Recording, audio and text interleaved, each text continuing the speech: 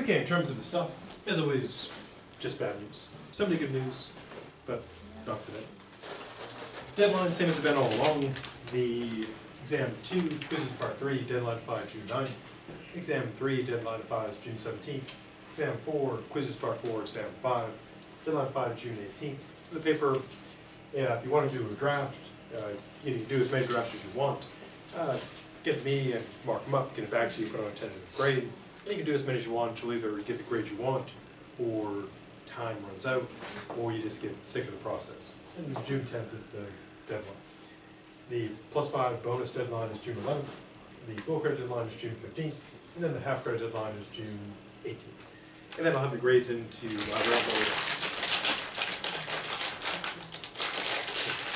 what's so loud? June 19th. And that way, you know, the grades will be in, so you can, if you're graduating, etc. Before pressing on to new stuff, anything about any previous stuff, or stuff to be, or stuff that needs more stuff? Okay. So last time we're looking at our good dead friends, the skeptics, and looked at the basic idea that skepticism is the view that we don't have knowledge. And we looked at the varieties of these things, and then saw why skepticism kind of faded in popularity. And then we got to our good dead friend, Rene Descartes. And we saw that kind of his deal was this. He looked at the state of science and philosophy and said, wow, to use my crappy analogy from last time, it's like a house that's kind of falling apart, the windows are broken, the roof is leaking, it's kind of leaning to one side, the foundation is cracked, and it's built on sand on a cliff, it's all ready to fall into the ocean. And Descartes said, well, probably not the best place to live. And so his plan was essentially to bulldoze that structure and then rebuild a solid foundation, build a house on it. He thought that would solve the problem. And his famous work for this was, of course, the Meditations. And the way he thought he was going to make this happen was using the model of mathematics. As I mentioned last time, if you had geometry, you probably heard of Cartesian coordinate points, and as opposed to Descartesian. And he liked math because math involved certainty, and also what seems to be self-evidence.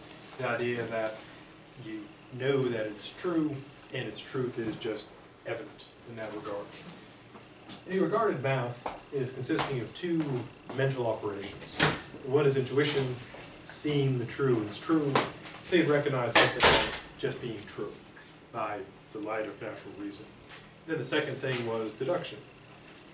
And so again, his plan was, you find the truth that you just know to be true by seeing the truth, and then you apply deductive logic to them in order to build more and more truths. So then you keep building and building until you get all the truths, or so we claim.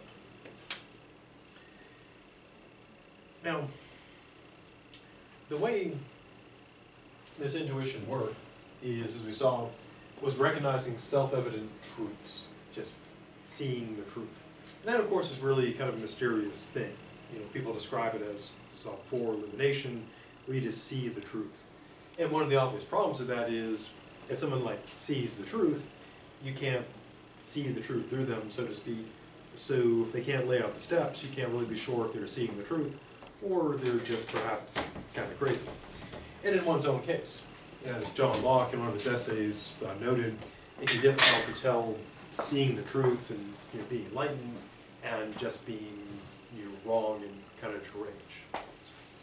Now, these truths are not derived from other truths. In other words, they're what are called foundational. You just see them mentally, and you don't get them from something else.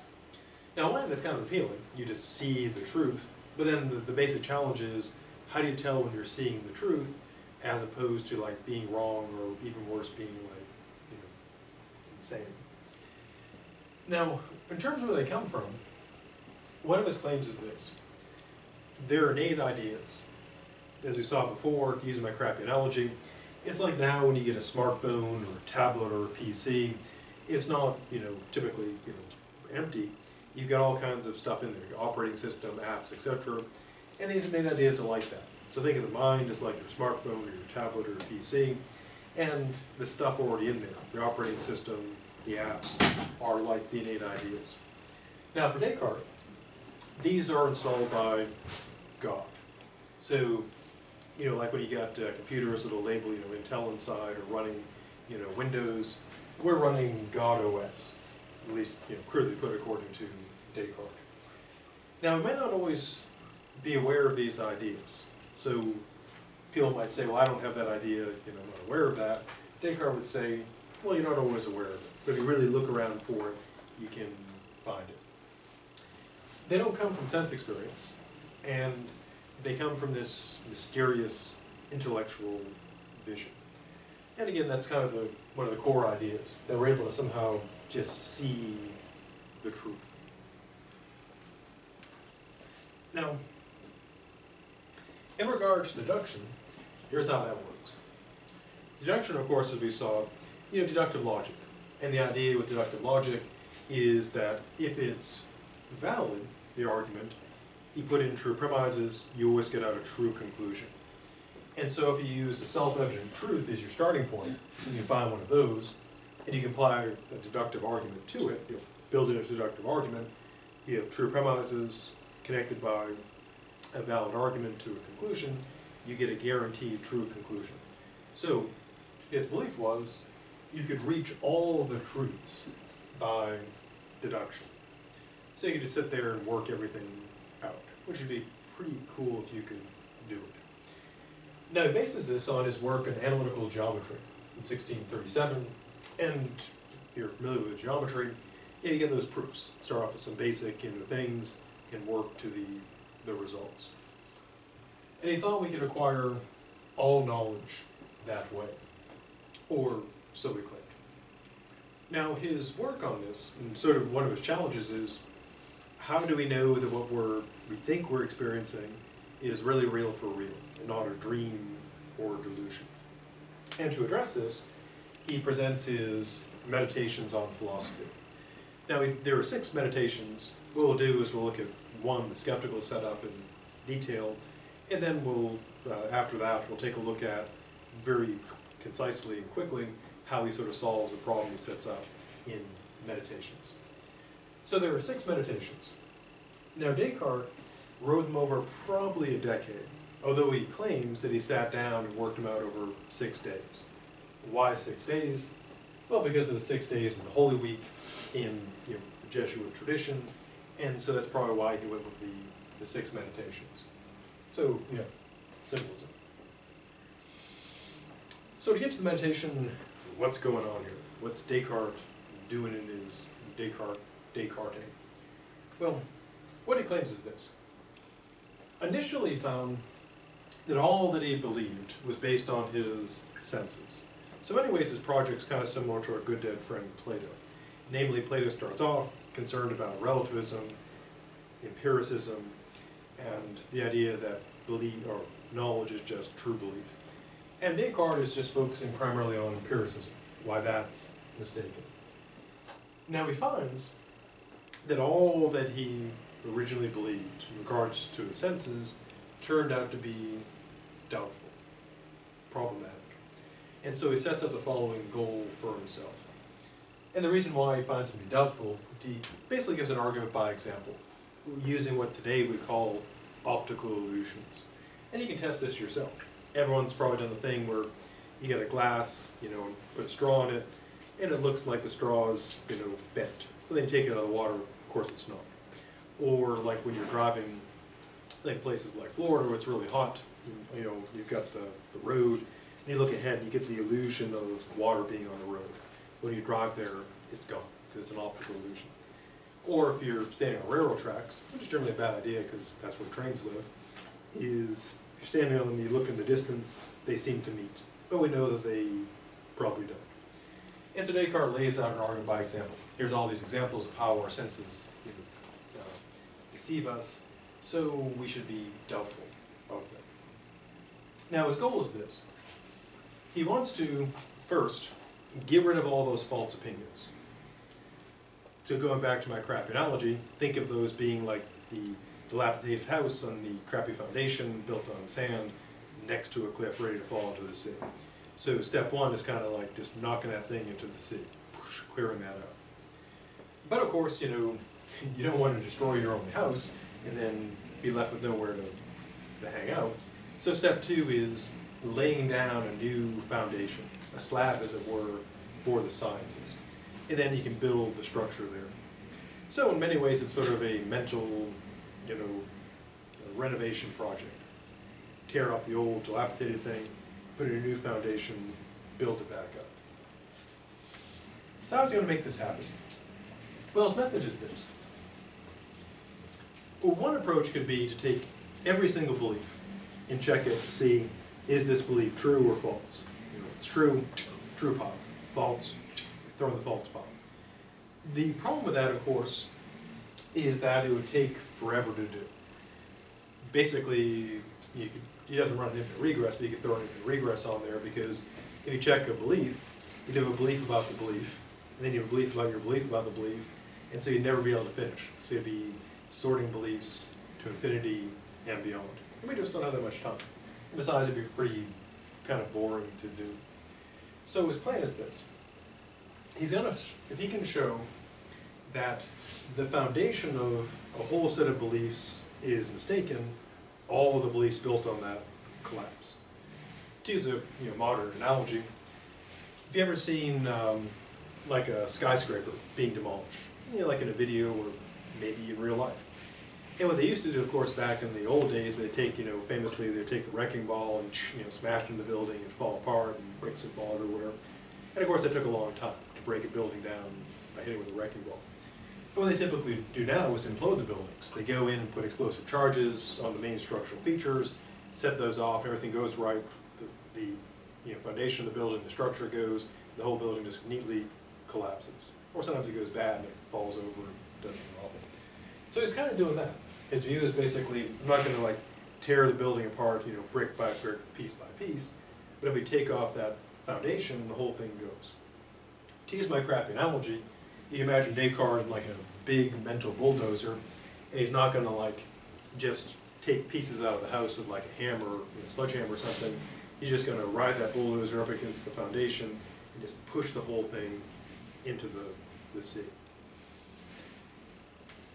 Now, as part of his method, he's going to do some extreme skepticism. How so? Well, in normal, day-to-day life, he doesn't go around doubting everything. So people sometimes are the Descartes doubt everything in normal life. Would he go and look at a sandwich and say, I don't know if the sandwich exists or not? Well, no. What he's doing is methodological skepticism. If something is not entirely certain, he's going to toss it as if it was completely false. So basically his test is, if it's not completely 100% certain, he's going to treat it as if it's completely manifestly false and toss it. Why do that? Well, again, it's not because he's being kind of crazy. He's not going around, in normal life doubting everything. This is a method, because what he wants to get is that solid, unbreakable foundation. And going back to my crappy analogy, it's imagine a scientist that she's looking for, unbreakable metal to make something. And the way to find something that you can't break is keep breaking stuff. And of course, you wouldn't do that normal life. You wouldn't go around breaking all your stuff, just see if it's unbreakable. But if you're trying to find the unbreakable metal, you just keep making stuff and trying to break it. And you find something that's completely unbreakable, well, there you go. And Descartes wants to find an unbreakable foundation, so anything that's not absolutely certain gets tossed as part of this method. And again, he's not operating like this in normal life. It's his method to find absolute certainty. Okay, so basically what he's doing is this. He's found that his beliefs based on a sense have turned out to be incorrect. Goal 1, get rid of the false beliefs. Goal 2, build that firm foundation. He's not going to examine every single belief individually. He's going to go after the defective foundation, and if anything is shown to be the least bit doubtable, it is to be doubted completely as a method.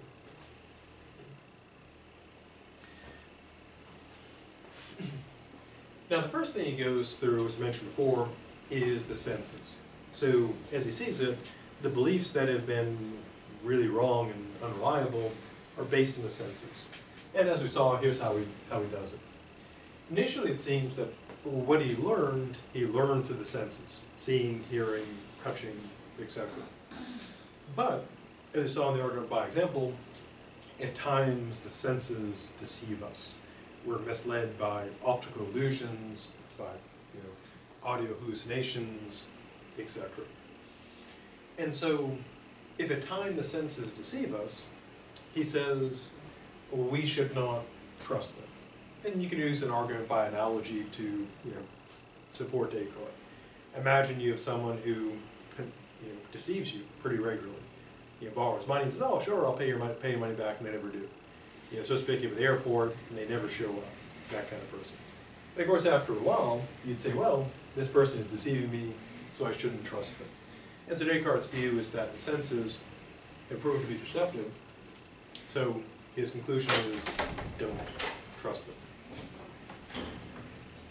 Now, what Descartes is essentially doing is, again, to use my crappy analogy, he's like testing to describe, going back to my analogy of the scientist trying to find the indestructible metal. It's like, in order to find that metal, she's got to keep breaking stuff. If she finds the thing that's unbreakable, she's found what she wants. And Descartes, what he's trying to do is he's trying to dig down to find a solid foundation. So going back to my construction analogy, he's bulldozed the old house and foundation off the cliff into the sea. And there's a bunch of, there's just sand there. And he's like, wow, you can't build on sand. So he's got out his, steam shovel, and he's digging into the sand. And he's trying to find, solid bedrock foundation that that can't be broken through. So he's basically digging away. He's a crappy metaphor. Now, so as he's digging, do a bad drawing to illustrate it.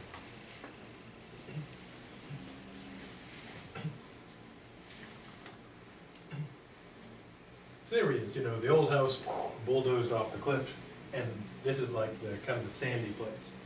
And he's digging down. So the first thing he digs down, he says, well, really can't trust the senses, because it can deceive me in particular cases. So he's still digging.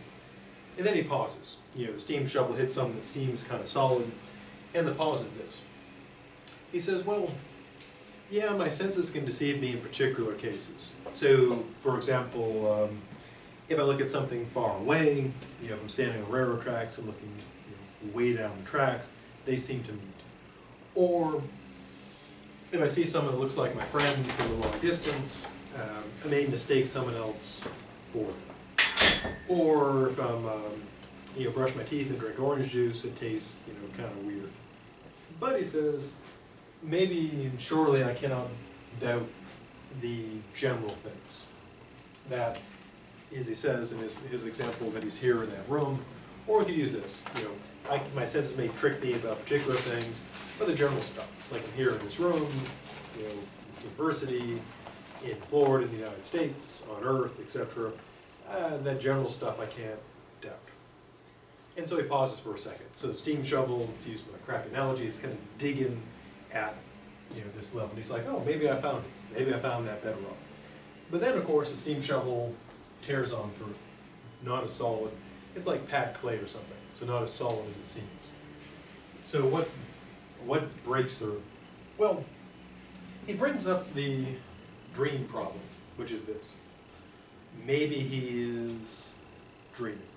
And so what seems to be like this general reality could just be a dream. So I could be dreaming about this class, and none of this is occurring. I'm actually, asleep, as opposed to really being here. Then he pauses again. He says, well,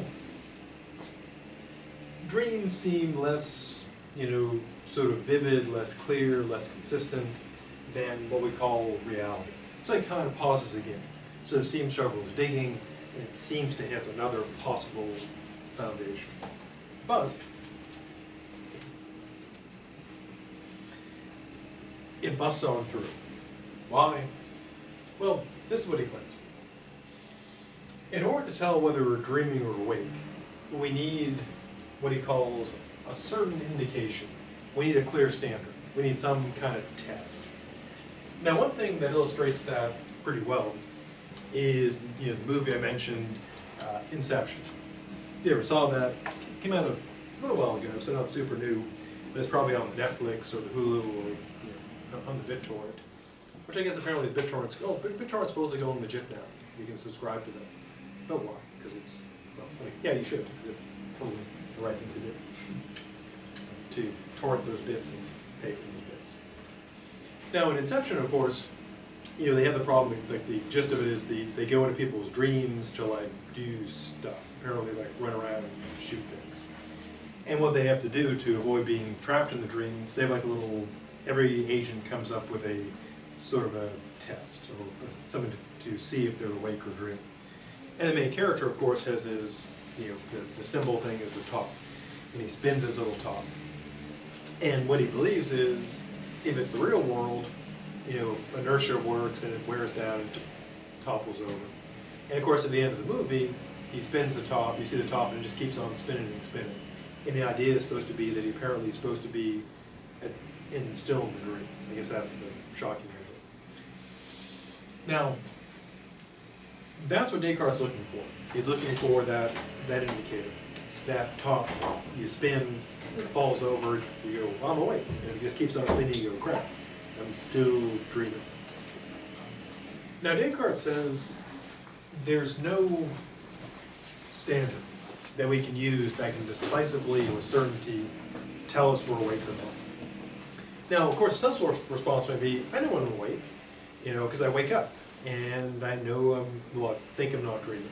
But again, Descartes' challenge is not, are you probably awake, which could be probably yeah, but do you have absolute certainty with zero possibility of doubt?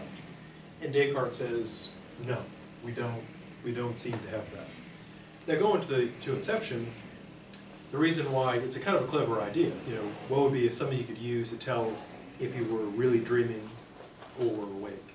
But of course the obvious problem is that you could just dream the top stopped. Why not? I mean, everything else in the reality, seems to work pretty normally. Well, why would the top just not stop? So you just dream that stops, and think, oh, I'm awake, but you're not. And of course, if the top kept on spinning, you might think, well, I'm not awake. But then, of course, you need some standard. You need to know that tops don't spin forever in the real world. So you'd already have to have that standard set. So Descartes says, well, smash on through that. But he pauses again. And the pause this time is the painter analogy. And as you might recall from the paper or stuff back at the start, analogy, of course, involves comparing stuff. And in the painter analogy, this is what he claims. He asks us to imagine, paintings. And when you get a painting of, say, an unusual, like, mythological creature, like a centaur, half human, half horse, or like a griffin, a combination of, lion and eagle, or other, mythical creatures. And he says, when you those creatures are then, like, they're not real, like there really aren't griffins or centaurs, but the parts that make them up are real. So maybe your dream is like that. Maybe the dream itself, when you're dreaming away, maybe the whole dream isn't real, but the chunks that make it up might be real. But he says, well, maybe, so he gets more skeptical. He says, okay, we'll go with the analogy. So we say we've got like a centaur, which is like human up top, horse down bottom. And Descartes would say, well, that's from two real things, horses and humans combined. But then he says, well, maybe those parts are made up, maybe humans and horses aren't real either, but the parts that make them up are real as well. And then he kind of pushes it further and says, well, maybe at the very least, even if you have something that's totally made up and totally fantastical, at least the colors that make it up are real. So the point of the painter analogy is that the simple things, the most simple things that make it up, he claims, perhaps they can't be doubted.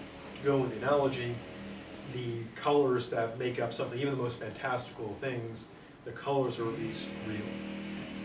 So what things does he consider to be potentially real and things that are potentially not real. Well, what he claims is this.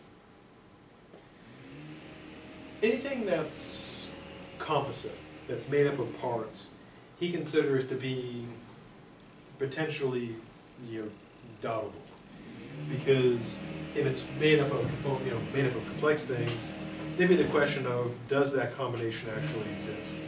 Going back to the centaur thing, if you think you see the centaur, you might say, well, that's not real, but the parts making it up are real. And then you might say, well, maybe these things aren't real, there's the dream, but perhaps the parts making them up are a dream.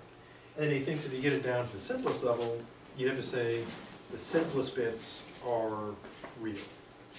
Or so he considers. So at this point, it seems that he's arrived at a potential for pausing. So anything that considers composite stuff, combined things, he thinks that can be doubted. So things like, well, these are things that can be doubted. All of astronomy, because we don't know if there's like any planets or stars. All of, pretty much all of physics. We don't know if there are physical objects out there. All of biology. We don't know if there's biological stuff out there. So all those composite things could be doubted. So what would seem to be indubitable? Well, what he claims is this. Math, geometry seem to be safe. Why? Well, because no matter whether you're dreaming or not, he considers 2 plus 2 is 4. So if you're dreaming of, say, 2 centaurs, and you add 2 more centaurs, you get 4 centaurs. Even if the centaurs are totally, hallucinations. Or someone is hallucinating like pink elephants. And they have 1 pink elephant, another pink elephant, and there's 2 pink elephants. There may be no pink elephants, but if you have, 2 of them and 2 more, that's 4. Similarly, like with geometry. You may be hallucinating like a talking cube, but a cube, be it dream or real, it's got to have 6 sides. So his view is, he seems to hit another level where there's a kind of solid foundation, namely math. Whether you're awake or asleep, 2 plus 2 is 4, squares have 4 sides, triangles have 3 sides. So if everything else can be doubted, at least math is safe. So at this point, he seems to have finally hit potentially rock bottom, in a good sense, not in a bad sense. That he's sort of standing there saying, okay, everything I'm experiencing could all just be, I could be asleep, this could all be a dream. There's no sun, there's no earth, there's no water, there's no kiwis, the fruit or the bird. There's just nothing real. But even if all that's not real, my math is still correct. 1 and 1, there's 2 things there. 1, 1, 1, 3 things. This is, a rectangle, so it's got 4 sides. And so he says, at that point, we have things that we can't doubt. At this point, it seemed like Descartes would, stop. He'd say, okay, I got math, I got geometry, possibly logic, we're good. And then maybe, so now we can start, building the house back up. Of course, we want to clear away this stuff first. We don't build a house. But then, when he thought it got as bad as it could be, as always, it gets worse. So how does it get worse? Well, he brings in God. Descartes was a devout Catholic. Although, interesting enough, or boring enough, he was accused of being an atheist, which is kind of odd considering, as we'll see, his whole theory depends on God, which would be kind of weird for an atheist. But back in those days, being an atheist often meant the person didn't believe in the right kind of God. So, he took God to be an all-powerful creator. But he raises the skeptical problem. This probably got him in trouble.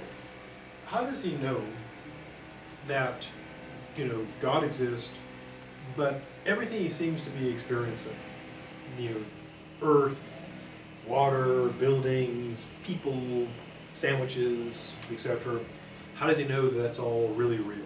Maybe God makes it so he thinks all that stuff is occurring, but it's not. that he's being deceived about pretty much everything. Now he does consider, kind of an obvious reply. If God exists and God is good, he perhaps wouldn't be messing with us, because deceit would seem to imply badness. And if God is, totally good, he wouldn't be doing bad stuff.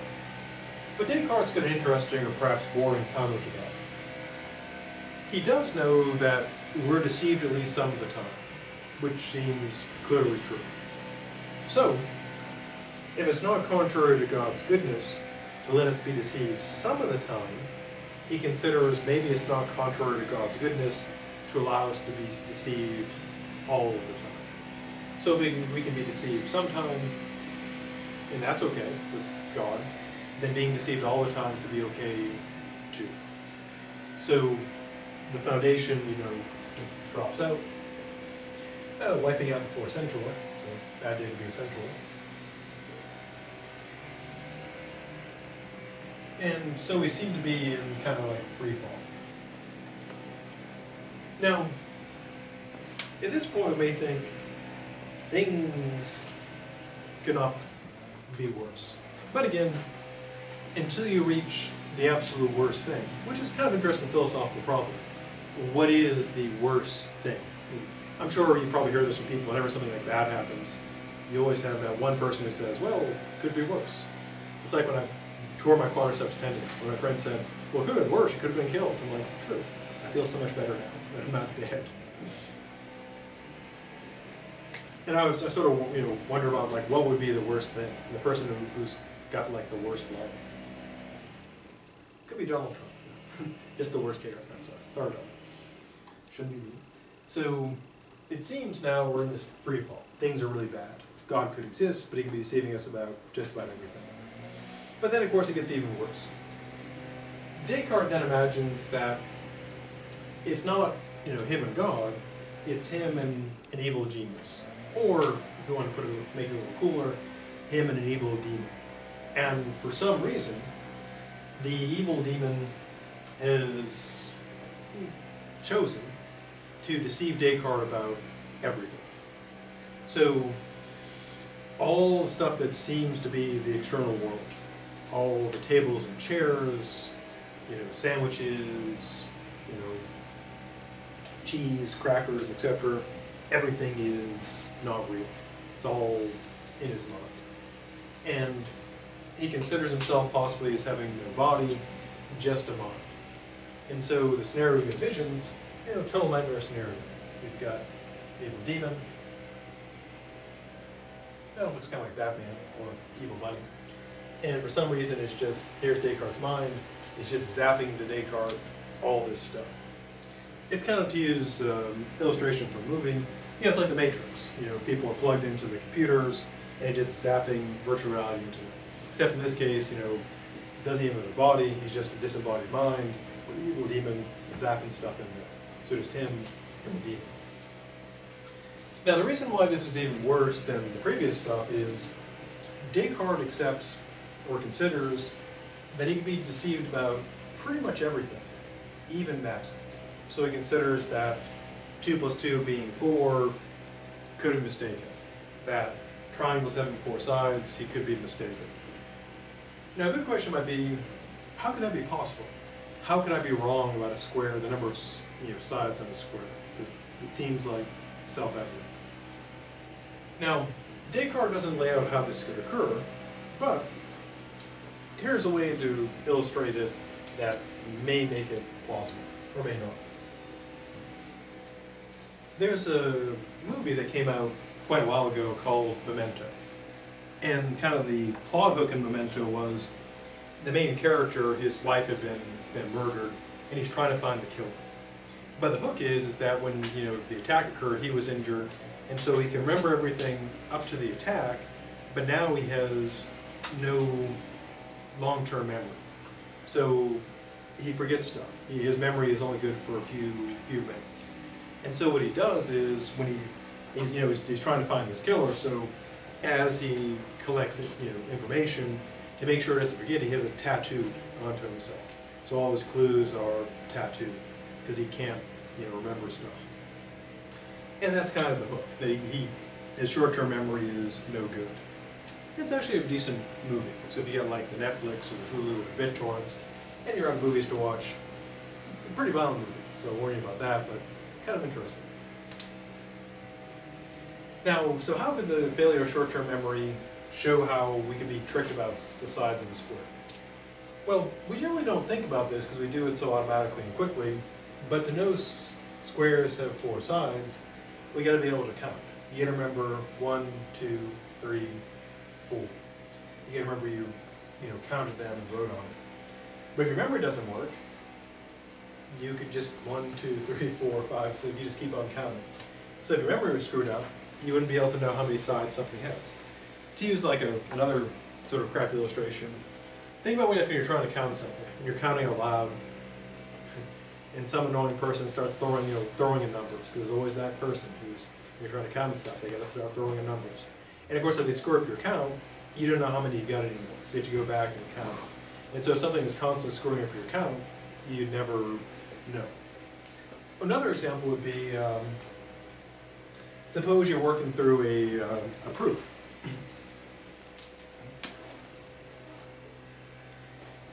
Now, you've got to remember that you established the stuff in the proof before. But if something's messing with your memory, so suppose like there's an implanted memory that you proved, the first 3 steps, but you really didn't. It's all wrong. But you believe you remember the steps being correct. Or to use like another crappy analogy, imagine like, you can imagine like the evil demon. It implants memories, false memories of how you're buddies. You and the demon are buddies. The demon shows up, you're like, hey demon, and the demon's like, yeah, remember that time I did all that great stuff for you? You're like, oh yeah, you're my buddy, demon. But of course it's all false memory, because the demon's really, really evil and bad, but you get all these false memories about how cool the demon is. And so you think the demon is like, awesome, but you get all those false memories. And so the idea is we can be screwed up about anything, because all the stuff like proofs, you put in ideas, oh yeah, we did all this stuff and proved all that, but really you didn't. And so Descartes in a way is kind of right. Without being able to trust your memory, etc., everything could be totally messed up. So at this point you might say, well, maybe Descartes should just give up and just say, yep, we're totally screwed, there we go. What he claims is this. As he keeps, following in the evil demon pit, he does hit a foundation. He does land on a solid foundation, which he claims is this.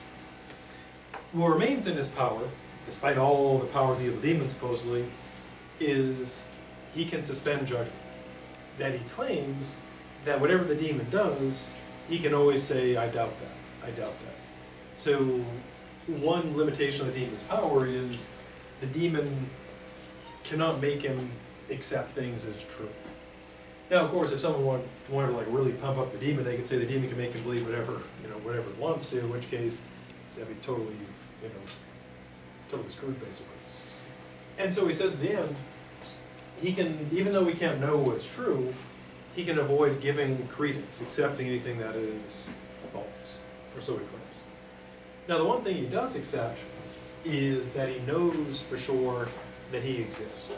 That the one thing he can't doubt is his own existence. So you get the famous Cartesian, cogito ergo sum, I think, therefore I am. And he thinks that gives him his foundation, or so he claims. Okay, so that's the first meditation. Quick recap for like test quizzes, etc. Base idea of, so what's the problem? Descartes says all the stuff he thought he was true and reliable turns out to be false. So what's he want to do? Well, he wants to get rid of all his false beliefs and only have certainty. How's he going to do that? Well, he's going to take the foundation of all his beliefs, the senses, and basically destroy the foundation to those. If he can destroy that foundation, it's not a firm one, and he can start rebuilding. So he begins by arguing that in particular cases, optical illusions, etc., senses deceive him. So he shouldn't trust them in particular. And then he says, well, maybe my general experiences are trustworthy. But then he brings up the dream problem, which he thinks shows that they are not. And then he considers, well, maybe I can tell when I'm dreaming and when I'm awake. But then he says, there's no certain standard. I can't be sure. Then he brings in the painter analogy. Maybe dreams are like paintings. Maybe I can't be sure about, the picture, but I can be sure about the parts that make it up. And so he pauses and says, maybe I can trust, math and geometry, etc. But then he brings in the possibility that God is allowing him to be deceived about everything, because God does allow him to be deceived about some things, so why not everything? And then things get to the worst point where he imagines an evil genius or demon deceiving about everything. And he claims, perhaps incorrectly, that it remains within his power to not agree to the deceit of the demon, and one thing he has that he cannot doubt is his own existence. The famous, I think, therefore I am. Before pressing on, anything about the Descartes stuff that needs more Descartes?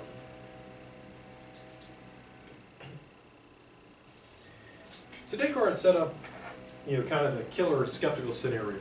There's just him, evil demon, cage match with no cage type of deal. So how do people try to beat the skeptic? Well, again, skepticism goes way, way back. And what people generally try to do is the justification solution. The idea is basically to say, I got this belief, it's true, here's justification, so I know stuff, so take that, skeptic.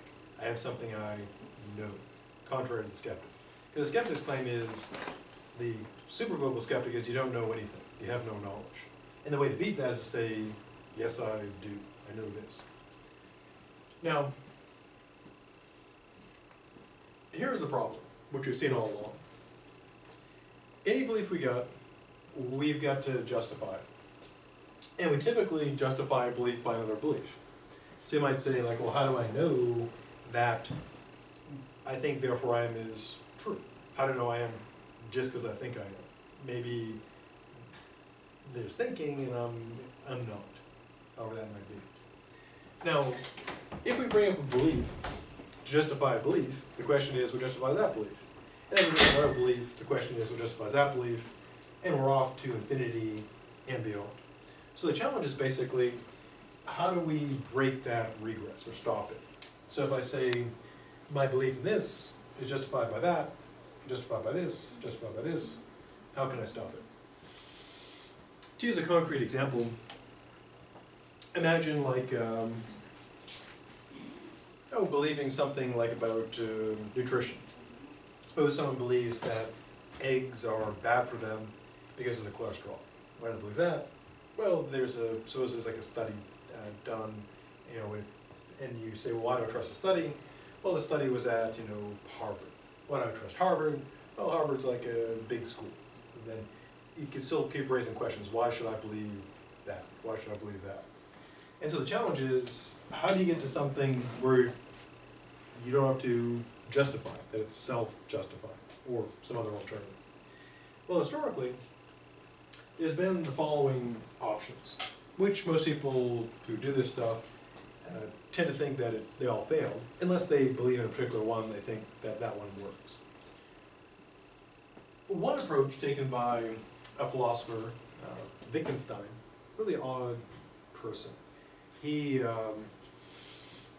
told his students that philosophy was coming to an end, and that they should go and give jobs, somewhere else. One of his students, went to work in a metal factory, ended up dying because he was a grad student, not really suited to working in a dangerous industrial, complex. So never take career advice from philosophers. I guess that's advice. So Wittgenstein said basically that there's an unjustified foundation. We get belief A from B, and B is unjustified. Now, the obvious problem there is that doesn't stop the problem, because we're saying we get A from B, but it's totally unjustified, so there's no foundation. I mean, to use a crap analogy, it'd be like, you're at a checkpoint and someone says, are you authorized to go to the checkpoint? And you show oh, here's an ID, and the person looks and says, well, where did this come from? And you say, I have no idea. I might have made it up. Well, obviously in that case, not justified. And so this clearly doesn't really work, because if we just say our belief is unjustified, we have no justification, problem unsolved. Option 2 involves what's called biting the bullet. Now this expression comes from a time when they had guns, obviously, because they had bullets, but before anesthesia. So if someone was like, shot or injured, and before they had things like, morphine, what they would do is the person would, they give the person like back then a bullet, basically like a, musket ball, and they'd bite down on it, maybe some whiskey too, and they'd bite down on it, and the idea is that if you're biting on something, helps you ignore the pain a little bit, but most importantly, when you're biting on something, you can't scream, and screaming is bad for morale. And so the idea, what it came to mean, is basically biting the bullet, in this context, is you just tough it out, essentially. You take someone that's seemingly pretty bad, and instead of just solving it, you just ride it out. So in this case, one option is to have an infinite regress, just to say A is justified by B is justified by C, on to infinity. This, of course, leads to two problems. One is,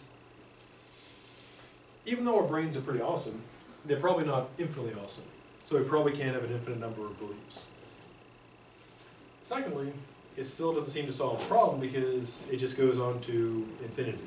We don't seem to end up with justification. Third attempted solution was this.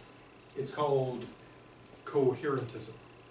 And the idea is basically you have A justified by B, B by C, or justified by A. So you kind of run in a circle. Now the problem with that, of course, is, well, this is an infinite regress, which is bad. This is a circular regress, which is just as bad. So it seems that none of these three work. Now the fourth option that people have tried is what's called foundationalism. And the idea is this. A is justified by B, which is justified by what's called a foundational belief. So the idea is that any belief you got is justified either by being what's called properly basic, or self-justifying, or is connected to another belief that ends in the chain of beliefs ends in one which is self-justified. So either the belief itself is just self-justified, or it's connected by that chain of reasoning to one that is self-justified. In other words, the regress stops there. Now that one seems to have the most, at least to most thinkers for centuries, the most plausible approach. So how does this stuff play out? Well, before we go into that, anything about the stuff so far that needs more stuff?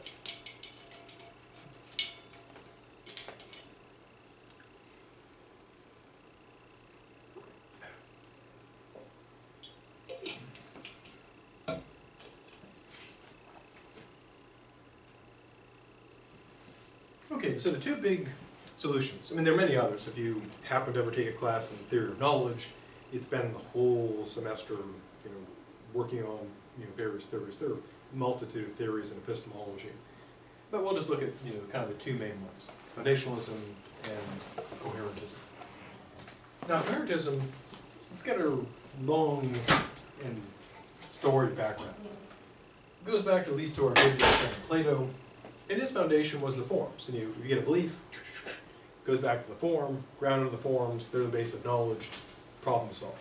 You have these built-in ideas that you get when you're dead from the forms, and that's what you know. Our good dead friends Aristotle and Aquinas also had a similar approach, that truth is either known in itself, regress stopped, or understood via an inquiry of reason, which gets back to this, so regress stopped. So kind of the tradition was foundationalism. The odds were, a philosopher who wasn't a skeptic would be a foundationalist. Now, turning back to our good dead friend Descartes, so we left Descartes in the clutches of the evil demon, laughing maniacally at Descartes, saying, ha ha ha. And Descartes, repeating over and over, I think therefore am, I think therefore am. There's no place like Kansas, or no place like home, which is Kansas, well, for Dorothy. But anyway, so how does classical or Cartesian foundationalism work out? Well, here's the idea. They're supposed to be infallible, non-inferential knowledge. In other words, stuff that just, you know it, but it's not based on an inference. Now a good question might be, so why can't it be based on an inference? Well, here's why. If we've got to go through steps to get to something, we could be, tricked. So we could believe that these steps were done correctly when they were not, and so we believe this, even though it's totally unfounded. To use a crappy analogy, think of like the Jedi mind trick in Star Wars. These aren't the droids you're looking for, type of deal. And so if we believe that, we'll draw the wrong inference. So if we get steps, the demon can get his little demon claws in there and mess with us. So what we need is to have something that is infallible and non-inferential. There's no gap between, being aware that it's true and, that result. So there are two types of beliefs for the classical foundationalists. Basic beliefs, which you just see the truth with no gap, and inferred beliefs, where you go through the steps. Now, they use the term properly basic, which is basically a fancy term for the foundational belief. It's a belief you got that is, well, it's basic, so foundational, and it's properly foundational, so it's all got all the right stuff going. And then everything else would be the non-basic justified belief.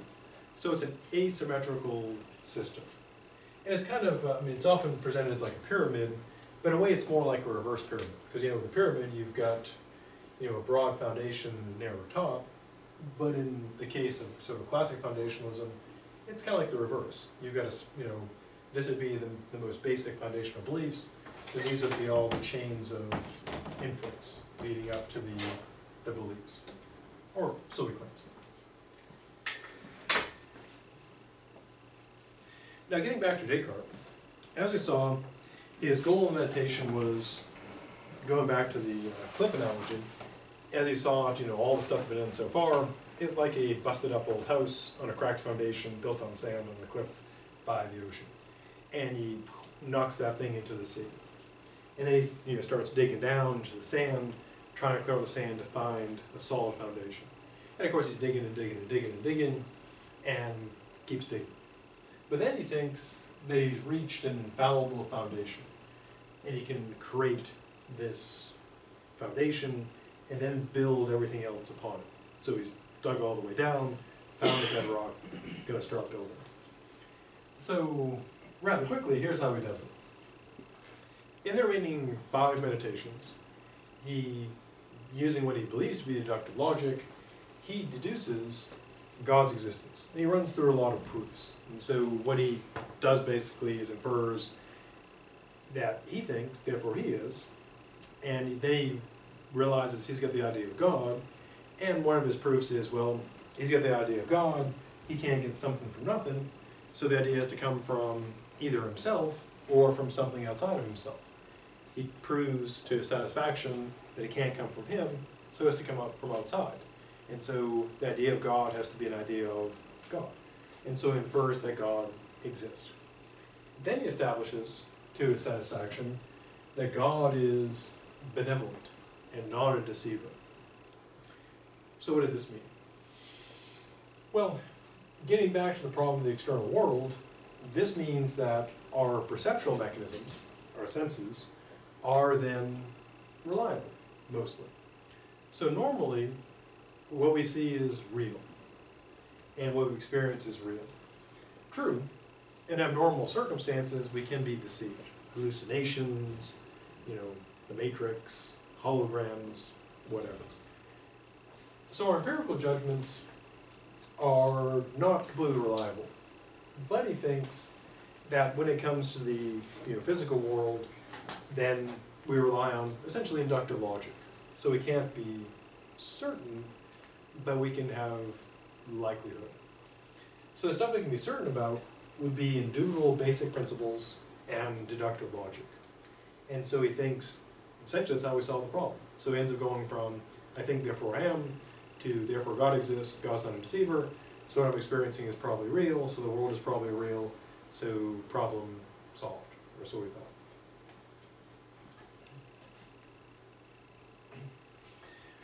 So why at this point am I not saying, and then Descartes solved the problem, skepticism is defeated, and we all live happily ever after? Well, here's why.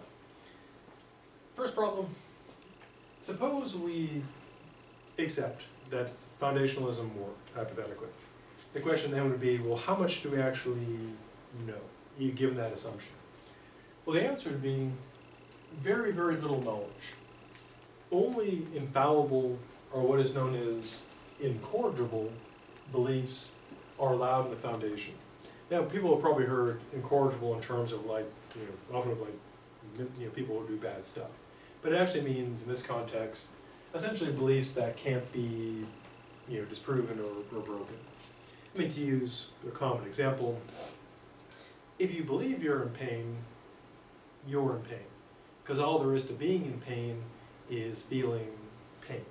Now, you could be wrong about the cause. I mean, a person may think they're injured in their leg, but to use a kind of extreme example, there's a thing called phantom pain, where a person who's like lost a leg or an arm, even though they obviously can't feel their leg or arm because they haven't got one, they still feel pain. So obviously they're not feeling pain in their hand because they haven't got a hand anymore, but if they feel pain, they're feeling pain. Can't be wrong about that. So that'd be an example of an incorrigible belief, a belief you can't be wrong about. But the problem is, according to the critics, there's not enough self-evident truths. So even if we say, okay, we accept this, you end up with just something like, I think, and that's it. I exist. That's all I've got. Now you might say, well, it's better than nothing, but it's still pretty small. So kind of the criticism is, it gets us too little. In regards to, the empirical beliefs, we can't know those. So in a way, we kind of end up in a pretty bad situation, namely, where we started the meditations, you can't trust any of this, and we end up with, I can't trust any of this, but I know I exist, possibly. Now, to use a crappy analogy, here's kind of the problem. Imagine you're creating a startup company. You want to create a new app. And apparently like the big apps today are like health apps. I guess like the Apple Watch, they're really pushing that as like, kind of like a health device. Now, of course, you want to get good people in your startup, smart people who will work really, really cheap. And suppose you put out like a, basically, help wanted, and you're interviewing people. Now, suppose you set your requirements really, really high. Like the person has to have a minimum of 3 PhDs and 10 patents, and willing to work for minimum wage. Now, you may find 1 or 2 people to do that, but suppose you find 1 person. Well, that's not going to be, you'll have a great person, but you won't have enough to run your company. And so the idea, in a way, the kind of criticism is that the standards are really super high, so whatever can get through that, we could say, well, we probably know it, but it's so high, we're left with so little. So going back to like the startup problem, if you say your standard is way too high, if you get someone, they'll be great, but you probably won't get enough people. And so the criticism is that the standards are too strict. You're just not going to get enough. Or so they claim. Now the solution, just like the problem is if you're doing a startup company, you're like, well, we can't find people with 3 PhDs and 10 patents who work for minimum wage. What you have to do is lower your standards or expectations. And as the great philosopher Homer Simpson said, the key to happiness is lowered expectations. And beer, I think he said that too.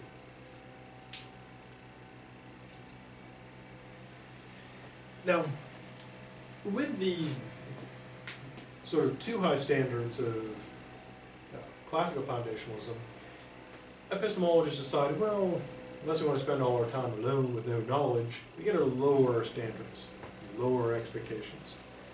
And so they came up with what's called moderate foundationalism, which could be seen as settling, but sometimes, things aren't working out. You've got to lower those standards. Now, like foundationalism, it still follows that model. There's a foundation that you use to justify the other beliefs. And so it tries to address those criticisms.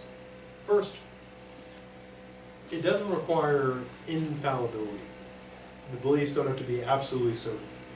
So it accepts what's called fallibilism. In other words, could be wrong. To use a crappy analogy, it's kind of like with foundationalism, it's like looking for the perfect person and then realizing there are no perfect people. So you accept the imperfect. You lower the standards to get a larger or any pool at all. Now, like classical foundationalism, it's asymmetrical. So you've got, the basic beliefs justifying the ones higher up the belief hierarchy. Now, here's where it differs. First, unlike classical foundationalism, doubts about such psychological beliefs are allowed. So you could doubt that you're in pain, for example. And unlike classical, almost any belief could be basic. There's not like special beliefs. And the relationship is one of justification. And they allow not just deduction, but induction. So you use that inductive logic. And they also allow a degree of coherence. So basically, again, to use my crap analogy, it's like you start off, say like with a startup company, looking for the perfect employees. 3 PhDs, maybe an MD, patents, working minimum wage. You're like, crap, we're not getting anybody. So you have to lower standards. Or you can imagine someone, on a dating site and they require perfection. You're like, wow, there's no perfect people. So the thing to do is lower those standards. Now, of course, the problem with lowering standards is pretty straightforward. Which is namely, it may not be good enough. So the criticism of moderate foundationalism is this. First, it's not strong enough. So kind of the problem with the classical foundationalism was it was too strict, too strong. Going back to my crap analogy, it'd be like having, the startup company you're trying to run, and you have like these incredible requirements. You're like, wow, we're not getting anybody. And then you say, well, we got to drop them down a bit. And then you might end up with people that can't do the job, so it's not strong enough. Or again, the danger with lowering one's expectations is you get a bigger pool, but you may not like what you get. Second problem, somewhat ironically, it makes it incapable of applying to the skeptic. How so? Well, the skeptic can have a field day. The skeptic says, well, you allow induction. As we saw with deduction, no matter how well an inductive argument is built, all the premises could be true, and the conclusion false. So, big hole for skepticism. And the other problems as well. So, just it is basically, it can't beat the skeptic. It's not strong enough. Now, it does address the criticism of classical foundationalism, but doesn't solve the problems. And finally, it seems to compromise to coherentism. So, just as this, classical foundationalism, you got to have absolute certain beliefs that are used to build all the rest, with the inferences done by deductive logic. Problem, we end up with so little or perhaps no knowledge that it's too strong. And my analogy is it's like having a startup and you find that your job requirements are too high. You just don't get enough people or anybody. Solution, lower your standards, lower your expectations. With moderate foundationalism, you end up with, induction, you don't have like these special beliefs, so you get a lot of stuff, more stuff in there. Problem, it's too weak. It can't beat the skeptic. Go on the crappy analogy, it's like lowering the standards on your startup so low, you get a lot of people, but they're awful. So your startup fails. Before pressing on to coherentism, anything about foundationalism that needs more stuff?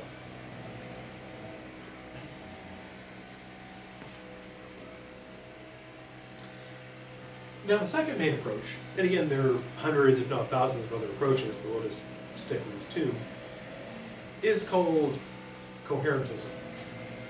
Now, the idea is this. For the coherentist, they adopt a model of, shockingly enough, coherence. So instead of the model of the foundation, you're building foundational structure, they do a model of coherence, where things cohere. Now, one version is what's called classic coherentism. So, classic version of everything. And the idea with classic coherentism is that they reject, well, it's basically a theory of truth. Kind of the common sense, and hence probably wrong view of truth, is that truth is a correspondence between what we say, our claims, and the world. That something is true means it gets the world right, which seems commonsensical. But the classic coherentists didn't like that. So they defined truth not in terms of what you say matches the world, like a picture, matching, what it's a picture of. Their view was that truth is defined in terms of integrated and absolute wholes. The idea is basically everything coheres and fits together. Now, in the 20th and 21st centuries, namely like now, along came some famous, well, I think some are still alive. Quine, I know, is dead. I think Sellers is dead. I think Harman's alive. I actually I think I met him.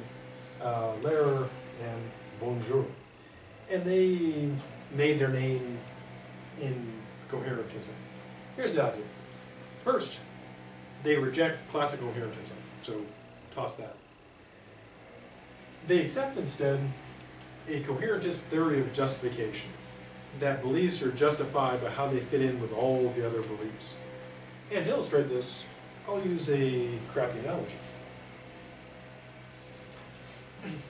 Here's my crappy analogy. The foundationalist is taking the approach of like building on Earth, where you got like gravity and stuff. So you build a foundation to support your structure. And the idea is that the foundation is strong enough, your structure will be strong. Like with this building.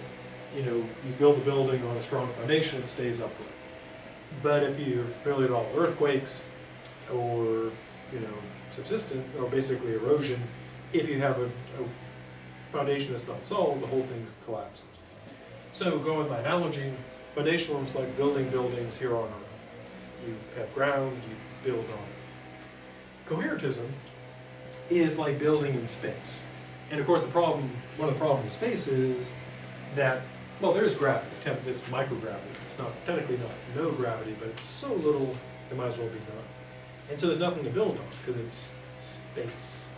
And so what you have to do, if you're going to build a structure, like the International Space Station, you've got to build everything connected together, because there's no foundation to build on. So you can think of like coherentism as like building in space. The way everything fit together is all the pieces have to be connected to hold together.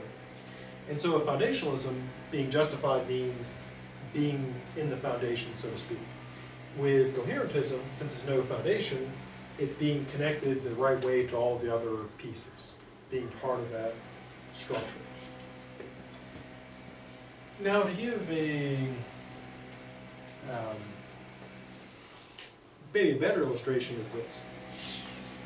If you ever see like a murder mystery, or whodunit type of movie or show, or if you see like often or just mysteries in general, be it a criminal mystery or some other mystery. And the way, of course, it's presented, like in the show or a book, is you're given all these clues, all these pieces. And the idea is that even though there's not like typically one single thing that reveals everything, the idea is that the case or the mystery is solved by putting together pieces of the puzzle. That this supports this, supports this, supports this, supports this, and it all creates a coherent, story. And it's the coherence of all the pieces together, that the pieces all fit together in the puzzle, that justifies, say, the butler did it with the candlestick, or whatever conclusion they come to.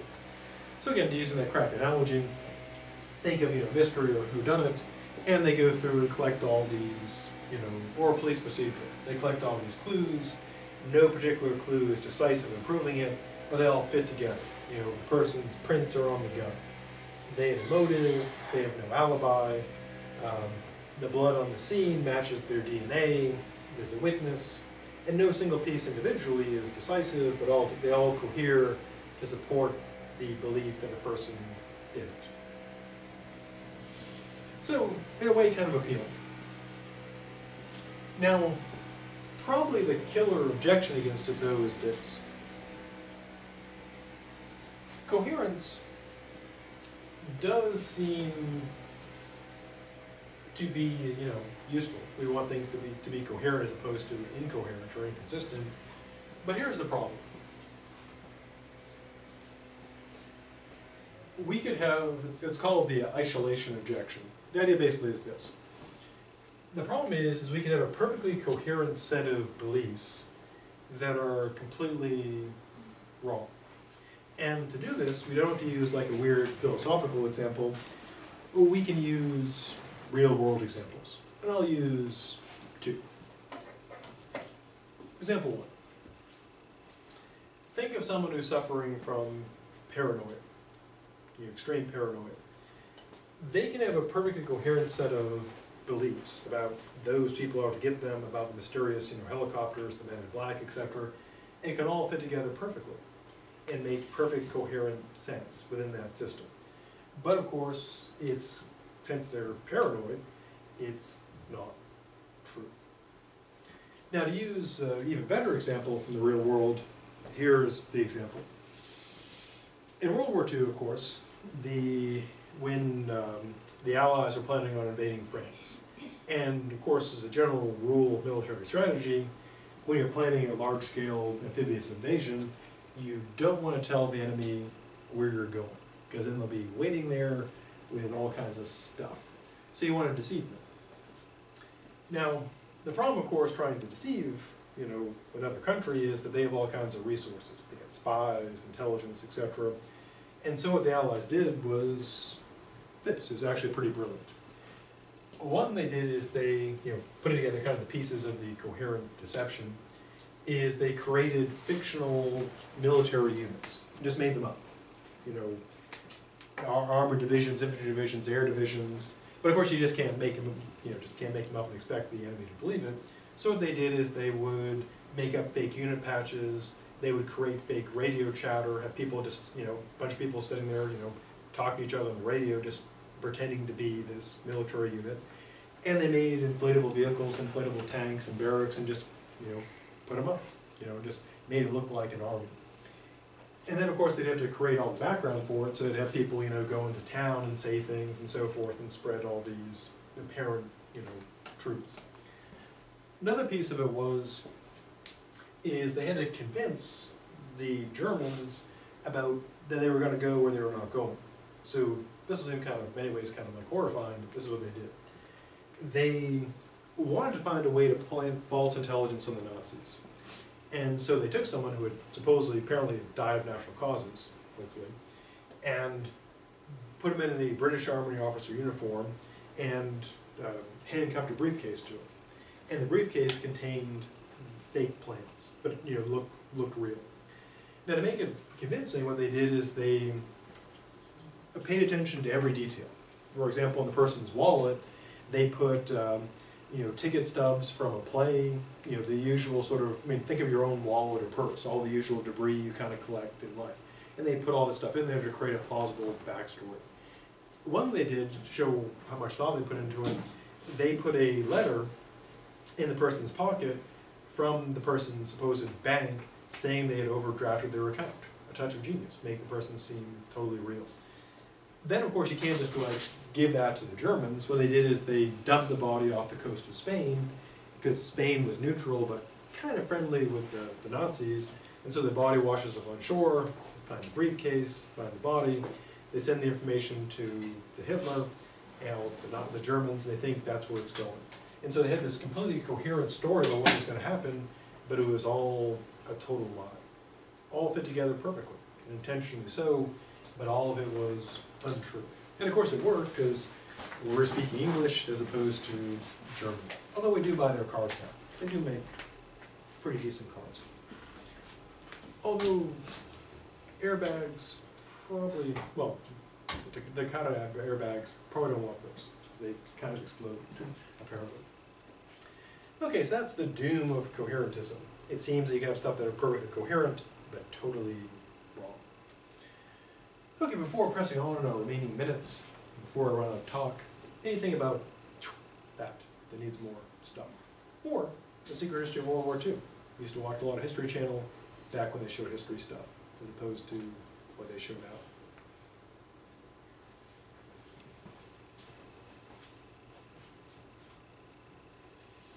Okay, so that ends our adventures in epistemology. So now we know all there is to know. Which of the skeptics is right is nothing.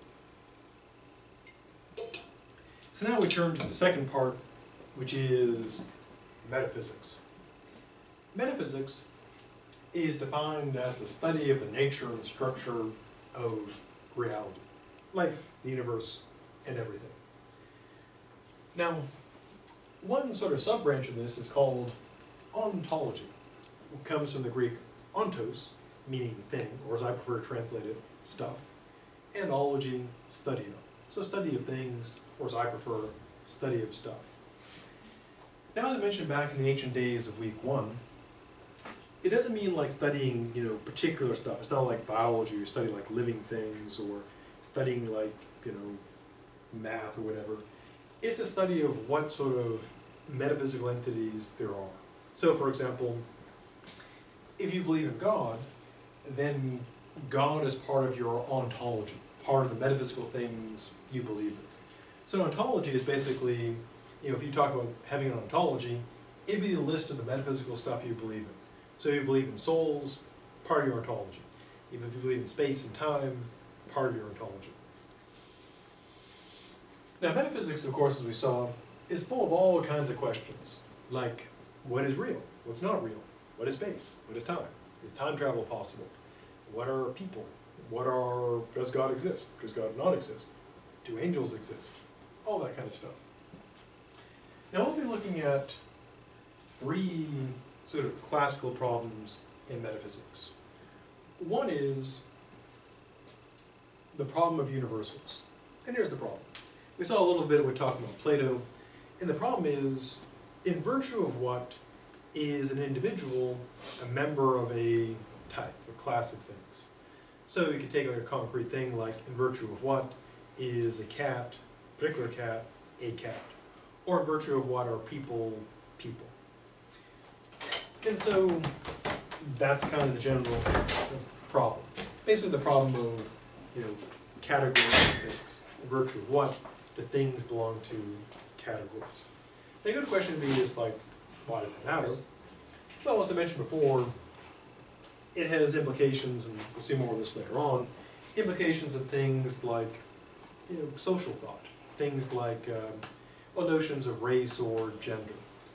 Are genders actually real things, the universal genders, or are they social constructs? And that makes a big difference as the person formerly known as British gender is illustrated in a way, like getting the cover of the magazine.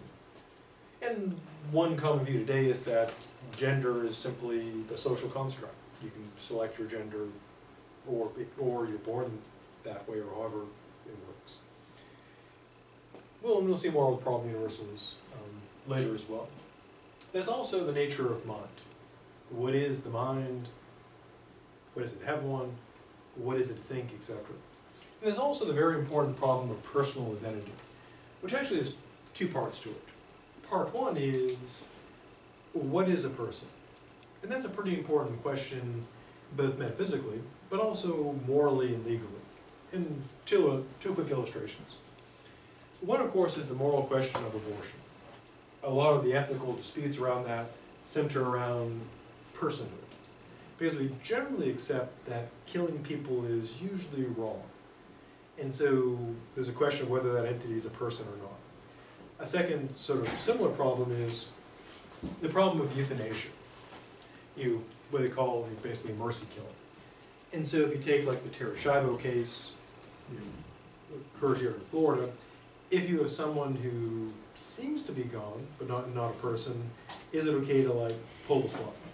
Because if the person is gone, and you pull the plug, that's not murder. Murder is killing the person, and if there's no person there, no murder. Or if they're already gone, they're gone.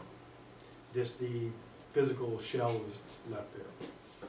But if the person is still there, and you pull the plug, well, that would probably be murder. And so that first part, what is it to be a person, pretty important. Now, of course, we can also get a little sci-fi here as well. For example, companies like Google, research institutions like DARPA are trying to build presumably our killers and replacements, the robots. And so an interesting question is, at what point does an artificial intelligence go from being a thing to being a person? And the usual answer, of course, is when they start killing us all and taking over, the whole Skynet thing. But it's an important moral question. When does it become a person? Because we have all kinds of rules about how you can treat people, and if they become people, then that changes how we can treat them. And then, of course, to continue with the sci-fi vein, people like Elon Musk, for example, is working on getting us into space, building the various space programs. They also have, SpaceX. We've got the guy at Virgin trying to create Virgin Galactic. And so if we get out in space, kind of the whole Star Trek deal, and we start encountering stuff, we'll wonder, is that a person or no? It's a big universe. As Carl Sagan supposedly said, billions and billions of stars. So there's probably a lot of other stuff out there. And we have to be able to tell what's people and what's not. Again, because we probably don't want to do horrible stuff to people unless we can make a lot of money doing it. Well, probably not making that. The second part of personal identity is not just what is it to be a person, but the identity part. What is it to be the same person across time, distinct from everyone else? And that is also kind of a practical problem. Sci-fi example, what scientists are working on are ways of backing up our minds. Right now, for example, if one is wise, you back up your stuff to like Dropbox or Google Drive. That way, if your computer, something horrible happens to it, your files are still there. No matter what happens to your computer, pretty much, your files are safe in the cloud. And so, what if you could back up yourself? That way, if something happens to your body, you just get a new one. And the question would be, of course, suppose 1,000 years hence, there's somebody walking around remembering this. And a good question would be, is that you, or does something pretending to be you, an imposter who thinks it's you? And since we're working pretty hard on building that kind of stuff, brain backups, a good question to be, is that really you? Now, moving to something more immediate and practical, think of things that damage the brain. Alzheimer's, physical injuries. There is the question of how much damage or change can be sustained in the brain, and if it still be the same person. Now, it may be a matter of just words, semantics. Oh, they're not the same person, they're different. But there could be a real change in identity. Maybe it really isn't the same person. Maybe enough damage or change means that person is gone. And with things like Alzheimer's and other such situations, it's an important question. Is the person still there? So next time, we'll press on to additional adventures in metaphysics and talk about stuff. So until next time, stuff. If you didn't get a chance to sign the roll, I think